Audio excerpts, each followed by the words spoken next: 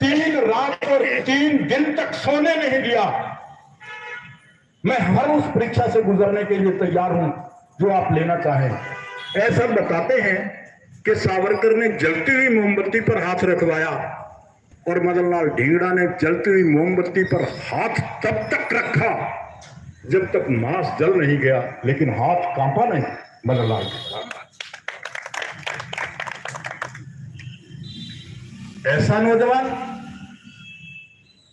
जब फांसी के फंदे पर था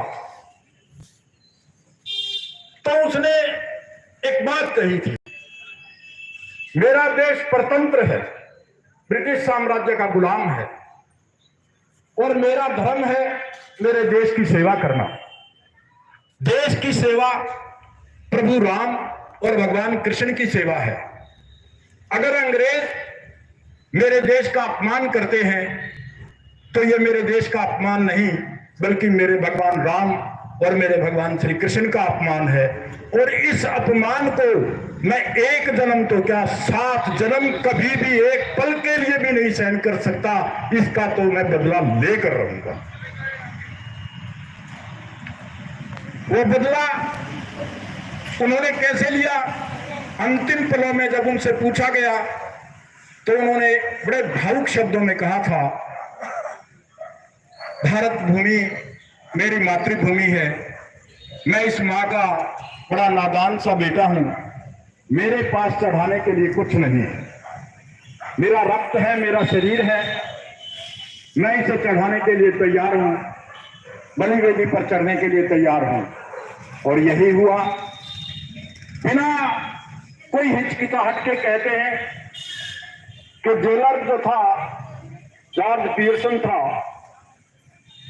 उसने मदन लाल ढींगड़ा जी के सामने डेथ का वारंट पढ़ा